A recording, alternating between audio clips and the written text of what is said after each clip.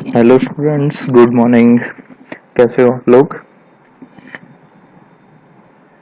Last lecture में हमने देखा था overview of cellular concept, how mobile communication works.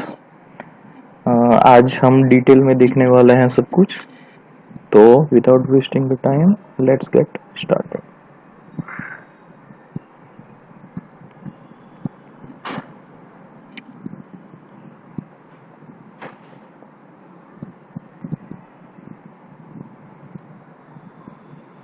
Okay, जो बेसिक कंसेप्ट हमने देखे थे कि like frequency reuse, cell splitting, hand off, channel assignment strategies, वो सब आज हम डिटेल में देखने वाला है। तो एक बेसिक इंट्रोडक्शन ले लेते हैं सेल्यूलर सिस्टम का। Cellular system solve the problem of spectral congestion. Spectral congestion मतलब क्या कि जो ट्राई ने असाइन किया है सभी मोबाइल कंपनीज के लिए फ्रीक्वेंसी का स्पेक्ट्रम, तो वो स्पेक्ट्रम को कैसे आप एफिशिएंटली यूज कर सकते हो, क्योंकि इतनी अवेलेबल यूजर्स ज्यादा है। जो फ्रीक्वेंसी प्रोवाइड की है उससे यूजर्स मल्टीपल है, तो कैसे यूजर्स को सर्विस देनी है to reduce the congestion. Congestion मतलब when supply is less than demand. Okay, तो वो टाइम पे कंजेशन इंट्रोड्यूस होता है। तो ये कंजेशन का प्रॉब्लम कैसे आपको सॉल्व करना है, that is the cellular system. Okay, offers a high capacity in limited spectrum.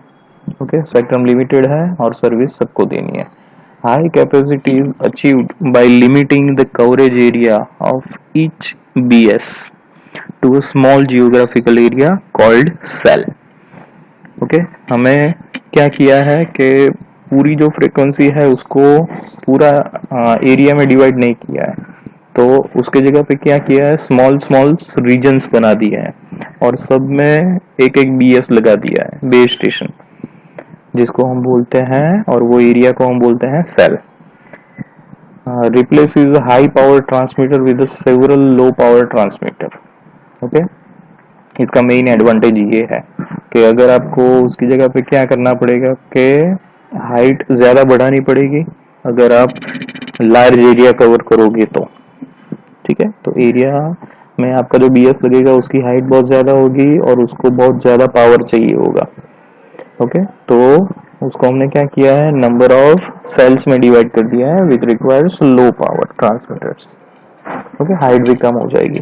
Each BS is allocated a portion of total channel and near by cells are allocated completely different channels. सब BS में को अलग अलग channels पहले से assign किया हुआ है।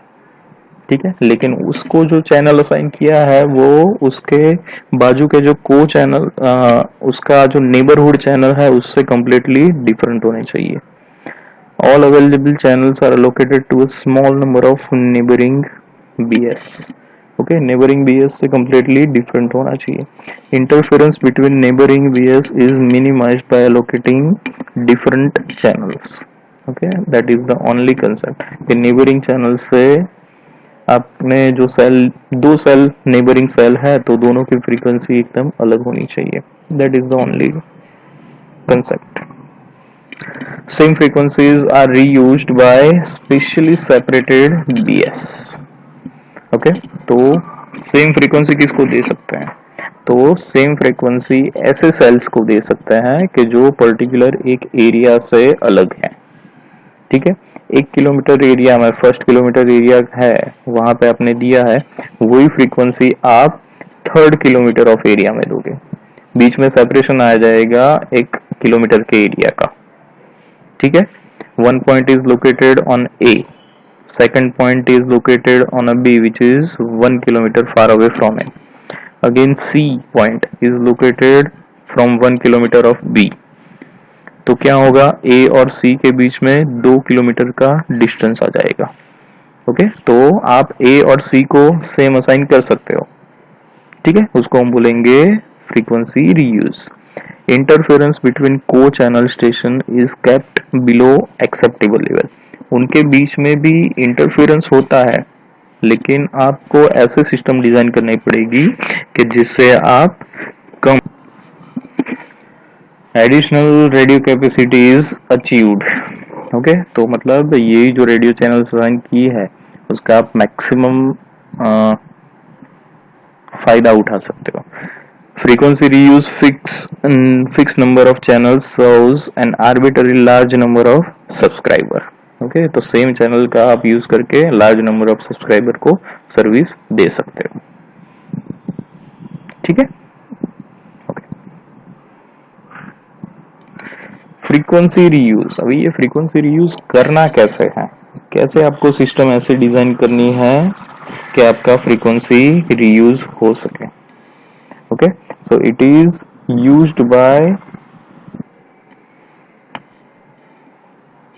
used by service provider to improve the efficiency of a cellular network to serve millions of subscribers using limited radio spectrum.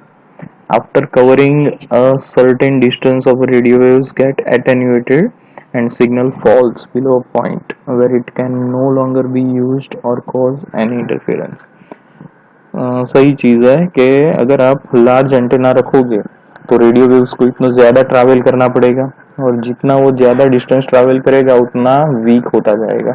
और कई बार ऐसा भी होता है कि सिग्नल अपने डेस्टिनेशन तक रेडियो वेव नहीं पहुंच पाता है। इसलिए अगर आप फ्रीक्वेंसी रीयूज करोगे तो नंबर ऑफ ट्रांसमीटर्स और रिपीटर्स ज्यादा हो जाएंगे और आप उसको रेडियो वेव्स को सिग्नल स्ट्रेंथ या सपोर्ट दे सकते हो। A transmitter is transmitting a specific frequency range will have only a limited coverage area. Small coverage area में हमने पूरा geographical area उसको divide कर दिया। Beyond this coverage area, that frequency can be reused by another transmitter.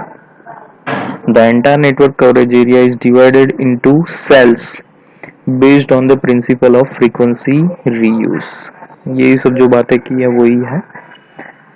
A cell, last lecture में हमने देखा था what do you mean by a cell?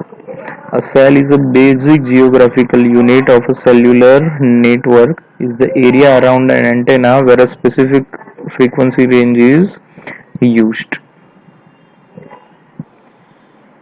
When a subscriber moves to another cell, the antenna of a new cell takes over the signal transmission. मतलब cells में divide कर दिया है तो ऐसा जरूरी तो नहीं है कि यूजर एक सेल में बात कर रहा है तो वही सेल में रहे। अगर वो एक सेल से दूसरे सेल में मूव कर रहा है तो उसका जो ट्रांसफरिंग का प्रोसेस है वो भी अकॉर्डिंगली होना चाहिए। Cluster is a group of adjacent cell, usually 7 cells. Generally cluster 7 cells का ही होता है। No frequency reuse is done within a cluster. एक क्लस्टर में फ्रीक्वेंसी रीयूज नहीं हो सकता है। सभी सेल्स जो होते हैं क्लस्टर के वो डिफरेंट फ्रीक्वेंसी के ही होने चाहिए। The frequency spectrum is divided into sub bands and each sub band is used within one cell of the cluster. Okay, cluster में जितने सेल है वो सब क्लस्टर के एक सेल में रिपीट होते हैं। In heavy traffic zones cells are smaller while in isolated zone cells are larger. Okay, ये सब मतलब पहले से सोचे गए हुए कंसेप्ट्स हैं कि सेल कैसा होना चाहिए, क्लस्टर कैसा होना चाहिए। Okay, frequency reuse is the design process of selecting and allocating a channel groups for all of the cellular base stations within a system. Okay, एक डिजाइनिंग की प्रोसेस है ये frequency reuse. Cell labelled with same letter use the same set of frequencies. यहाँ पे आपको जो दिख रहा है, ठीक है, ये एक क्लस्टर, ये 3 क्लस्टर्स है। Okay, cluster is a group of 7 cells. Okay, ये एक क्लस्टर है, ये दूसरा क्लस्टर है और ये तीसरा क्लस्टर है। ठीक है, तो ये क्लस्टर का जो सेंटर सेल है उसको जो चैनल असाइन किया है वही चैनल दूसरे क्लस्टर के सेंटर को असाइन किया है, वही चैनल तीसरे क्लस्टर के सेंटर को असाइन किया है। और ये जो है वो ये दोनों सेल, ये तीनों सेल वो डिफरेंट डिस्टेंस से अलग हैं। ठीक है, मतलब एक दोनों पास पास में नहीं है, मतलब इंटरफेरेंस का प्रॉब्लम बहुत कम हो जाता है। को चैनल इंटरफेरेंस जिसे बोलते हैं, which should be as small as possible. ठीक है, तो वो कम हो ही जाता है ऑटोमेटिकली, क्योंकि हमने उसको डिस्टेंस से अलग किया है। उसी तरह से एफ, ये क्लस्टर का जो एफ एरिया है, एफ सेल, उसको जो फ्रीक्वेंसी मिल रही है वही दूसरे क्लस्टर के ये वाले रीजन को मिल रही है, और वही ये वाले रीजन को। ठीक है, तो ये सब फ्रीक्वेंसी रीयूज का कंसेप्ट है कि आप कैसे, हमें फ्रीक्वेंसी को रीयूज भी करना है और इंटरफेरेंस भी लिमिटेड रखना है। ठीक है, अगर मैं सब सेल को एक ही फ्रीक्वेंसी असाइन कर दूंगा तो प्रॉब्लम हो जाएगी। सेल शेप, हमने देखा था कि सर्कल, स्क्वायर, ट्राइंगल, हेक्सागन सब पॉसिबल है, लेकिन बेस्ट वन कौन सा है? हेक्सागन। सर्कल के भी कुछ लिमिटेशन है कि उसमें कुछ ब्लैंक एरिया आ जाता है कि जिसको आप सर्विस नहीं कर पाते। ओके, और ये तीनों जो है उसमें से सबसे ज्यादा एरिया कौन मैथमेटिकली प्रोवाइड करता है? Hexagon. That's why the shape is always hexagon. Hexagonal shell shape is conceptual. In reality, it is irregular in shape. मतलब थियोरिटिकल जब हम देख रहे हैं वो हेक्सागन है, एक्चुअली जब असाइन होता है, एक्चुअली जो बीटीएस कवर कर रहा होता है एरिया, वो मे बी हेक्सागन ना भी हो। वो एज पर द प्रैक्टिकली कि एरिया जितना कवर करना है लेफ्ट हैंड साइड पे, राइट हैंड साइड पे, वो कितना कवर कर रहा है उसके हिसाब से वेरी होता है, अनइवन होता है, इरेगुलर इन शेप। ओके, तो ये फिगर आप समझ गए। ओके, यहाँ पे एक क्लस्टर है जिसमें कितने सेल्स हैं? 1 2 3 4 5 6 7। ओके, 7 सेल्स का जनरली एक क्लस्टर होता है, और सब क्लस्टर्स में फ्रीक्वेंसी रिपीट होती है। In hexagonal cell model, BS transmitter can be in a center of cell or on its 3 vertices. Generally क्या होता है कि जो ट्रांसमीटर लगा हुआ होता है वो जनरली सेंटर के एरिया में होता है। ओके, और आप अगर हर बार ऐसा जरूरी नहीं होता है कि वो सेंटर में ही हो, कई बार क्या होता है कि एज ओरिएंटेड भी होते हैं, कि एज ओरिएंटेड एंटेना भी होता है कि अकॉर्डिंग टू जितना जियोग्राफिकल एरिया आपको कवर करना है उसके हिसाब से वो सिलेक्ट होता है। ठीक है, मतलब यहाँ पे एज पे भी हो सकता है। Centre excited cells use omni antenna, whereas edge excited cells use directional antenna. Okay, तो अगर मैं सेंटर में कोई प्लेस कर रहा हूं ट्रांसमीटर, तो it should be omni directional, sub direction में वो क्या होना चाहिए? Equal, it should transmit equal power in all direction, है ना। और अगर मैं यहाँ पे एज पे लगा रहा हूं तो क्या होना चाहिए? वो डायरेक्शनल होना चाहिए। डायरेक्शनल मतलब एक डायरेक्शन में ज्यादा पावर ट्रांसमिट करें और दूसरे डायरेक्शन में कम पावर। ओके, सेल का एरिया तो उसे इतना ही कवर करना है, तो अगर मैं यहाँ पे लगाता हूं तो अपवर्ड डायरेक्शन में उसको ज्यादा पावर चाहिए होगा, बैकवर्ड डायरेक्शन में कम पावर चाहिए होगा। तो एज पे ऐसे जो एंटेनास लगे होते हैं वो डायरेक्शनल होते हैं, और जो सेंटर में लगे होते हैं वो ओमनी डायरेक्शनल होते हैं। A cellular system having S duplex channels. Each cell is allocated K channels. Okay, cellular system mobile company के पास टोटल चैनल्स होते हैं S। ओके, डुप्लेक्स चैनल्स मतलब forwarding side, receiving side both. Okay, if mobile company, mobile subscriber के पास number of S channel होते हैं, तो उसने हर एक सेल के लिए अलग अलग चैनल्स असाइन किए हैं। लेट वी सपोज कि S is a total number of channel assign to subscriber, और उसमें से उसने सेल्स को अलग अलग चैनल्स असाइन किए हैं, तो it always should be k is always less than s. Obviously कि सेल के पास जितने चैनल्स होंगे वो टोटल नंबर ऑफ चैनल से तो कम ही होंगे. If s channel are allocated to n cells into unique and disjoint channels, the total number of available channels is s is equal to k into n. सब channel सब sales को हम equal channel ही distribute कर रहे हैं. Okay हमारे पास माना कि मोबाइल सब्सक्राइबर के पास टोटल 14 चैनल्स हैं. ठीक है और एक क्लस्टर बनता है आपका 7 सेल्स का. ठीक है तो हर एक सेल के पास कितने चैनल्स होंगे 2 चैनल्स. ओके तो ये इक्वेशन को आप ऐसे समझ सकते हो कि total number of s is a 14 is equal to k is a 2 and number of cell in a cluster n is a 7. So 2 into 7 that is 14. Okay so n is number of cells in a cluster. N cells collectively using all the channel is called a cluster, is a group of adjacent cell.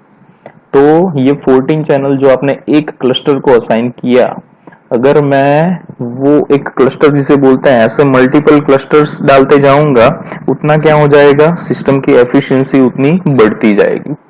Okay if I am repeating this cluster m times the capacity of system is given as c is equal to m into k into n or you can say that ms. Okay जितनी बार मैं cluster repeat करता जाऊंगा क्योंकि मुझे वो 14 channel बाजू के cluster को भी असाइन करना है, वही 14 चैनल तीसरे क्लस्टर को चौथे क्लस्टर को, मतलब मल्टीपल जितना मैं करता जाऊंगा सिस्टम की कैपेसिटी उतनी ज्यादा बढ़ती जाएगी. Capacity of system is directly proportional to number of cluster is repeated. Obviously reducing the cluster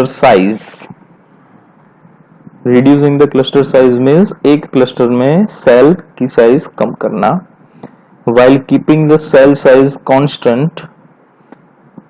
More clusters are required to cover the given area and hence more capacity. Okay cluster का size कम कर रहे हो मतलब number of sales कम कर रहे हो. ठीक है और आप सेल की साइज सेम रख रहे हो. Okay cell size is a different thing, cell number of cell is a different thing.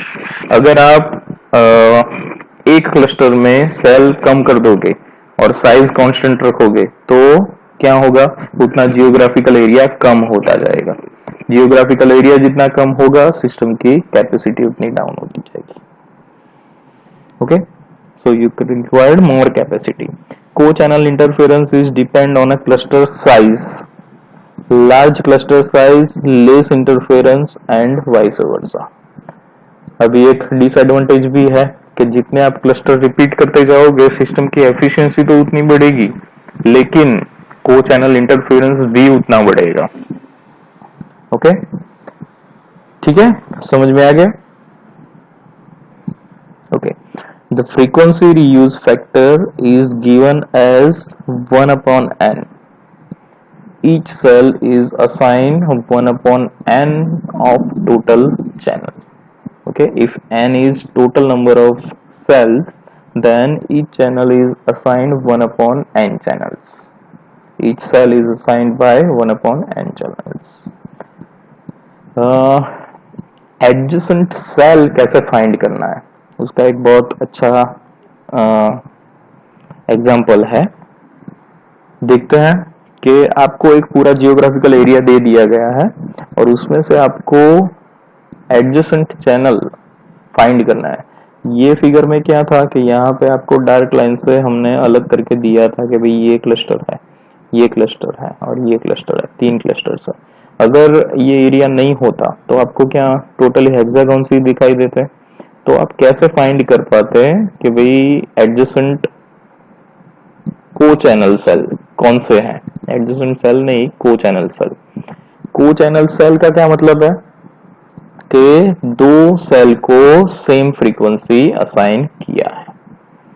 ठीक है तो क्लस्टर साइज का कैसे रिलीवेंस है वो देखते हैं कि हाउ कैन यू फाइंड को चैनल सेल्स। ठीक है, तो उसके लिए क्या करना पड़ेगा कि एक इक्वेशन को फॉलो करना पड़ेगा हमें, n is equal to I square plus ij plus j square. Okay, what is n? Number of cell per cluster is n. Okay, एक क्लस्टर में कितने सेल है वो आपको मालूम होना चाहिए। तो जनरली 7 ही रखते हैं हम।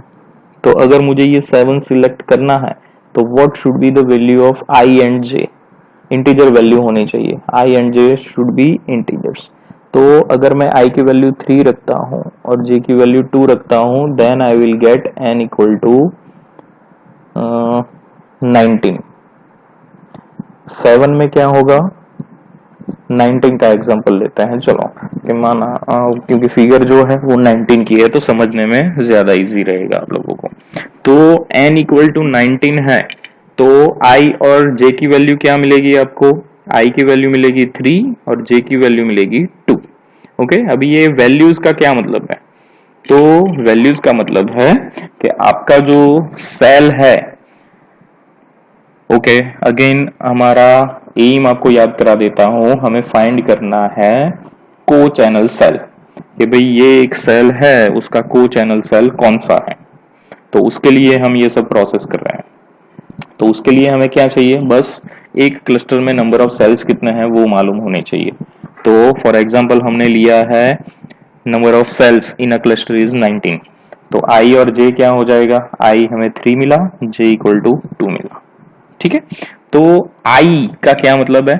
तो जो सेल से आप को चैनल सेल फाइंड करना चाहते हो, वो सेल से आपको आई सेल, मतलब आई जितना मिला है उतने सेल आपको स्ट्रेट जाना है, मतलब 3 सेल मुझे स्ट्रेट जाना है।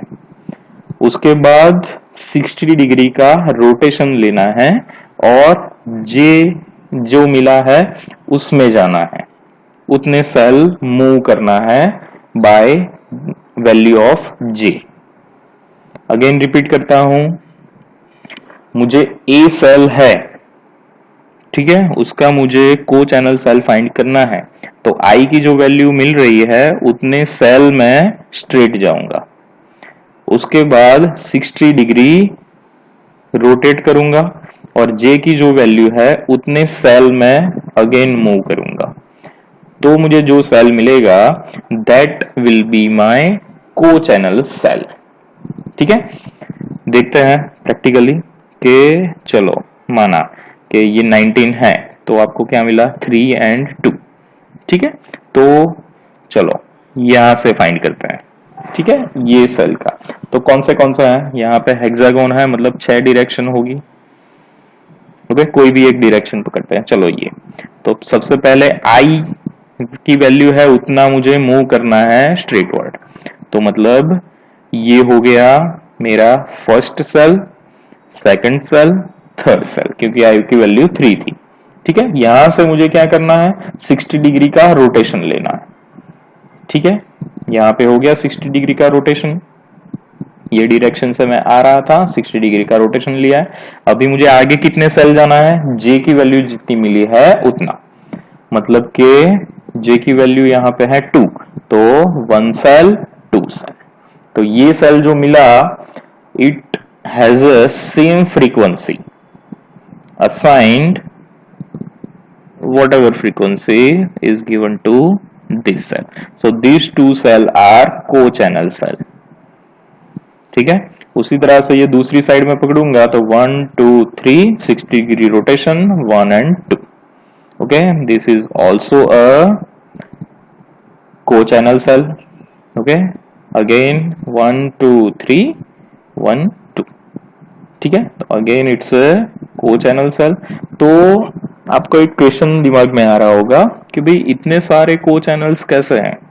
तो को-चैनल में अगेन आपको याद करवा दूं कि क्लस्टर्स रिपीट होते हैं, मतलब ये एक डिफरेंट क्लस्टर का सेल है, ये एक दूसरे क्लस्टर का सेल है, ये तीसरे क्लस्टर का, चौथे क्लस्टर, पांचवें क्लस्टर, छठे क्लस्टर, सातवें क्लस्टर, ऐसे मतलब क्लस्टर्स रिपीट होते हैं। ठीक है, ये 19 का कैसा क्लस्टर है, ऐसा। ओके, ठीक है। हमने जो आगे की फिगर दिखी थी उसमें 7 क्लस्टर्स रिपीट होता है। यहाँ पे क्या है, ये क्लस्टर जो आपको डार्क एरिया दिखाई दे रहा है 19 सेल्स है उसमें। ठीक है, अगर मैं यहाँ पे सब जगह पे सेल लगाते ही जाऊं और यही क्लस्टर को यहाँ पे रिपीट करते जाऊं तो ये दूसरा क्लस्टर हो जाएगा, है ना। उसी तरह से ये तीसरा क्लस्टर हो जाएगा। तो ऐसे क्लस्टर्स रिपीट होते हैं। ठीक है, समझ में आ गया। How can you find your co channel cell. आपको सबसे पहले क्या मालूम होना चाहिए, number of cells in a cluster. ठीक है, तो क्या करोगे, सबसे पहले नंबर ऑफ सेल्स आपको मालूम है क्लस्टर में कितना है, तो उसकी वजह से आपको आई और जे की वैल्यू मिल जाएगी। आई और जे की वैल्यू को यूज कैसे करना है, आई की वैल्यू तक आपको स्ट्रेट जाना है, मूव करना है, और 60 डिग्री मुड़ने के बाद जे को अगेन 60 डिग्री मूव करना है। ठीक है, तो आप यहाँ पे कैसे भी करके कर सकते हो। In GSM we are using n equal to 7। Okay, ये वाला, ओके, ये है n इक्वल टू 7। तो यहाँ पे क्या हुआ, a और a, तो ये डायरेक्शन में मैं जाऊं तो 1 एंड 2, यहाँ से 60 डिग्री मुड़ जाऊंगा तो यहाँ पे मिलेगा मुझे एक साथ, मतलब i की वैल्यू यहाँ पे कितनी है 1 2 और j की वैल्यू 1। ओके, तो i की वैल्यू 1 और j की वैल्यू i की वैल्यू 2 और j की वैल्यू 1, तो क्या मिलेगा आपको 2 स्क्वायर प्लस 2, 4 प्लस 2 प्लस 1 मतलब 7। ओके, ये आप कैलकुलेट कर सकते हो n equal to i square plus i j plus j square से। ठीक है, मतलब आप कहीं से भी एडजेसेंट सेल आप फाइंड कर सकते हो, को चैनल सेल। क्लियर, आज के लिए इतना रखते हैं, we will go further in next lecture. Thank you.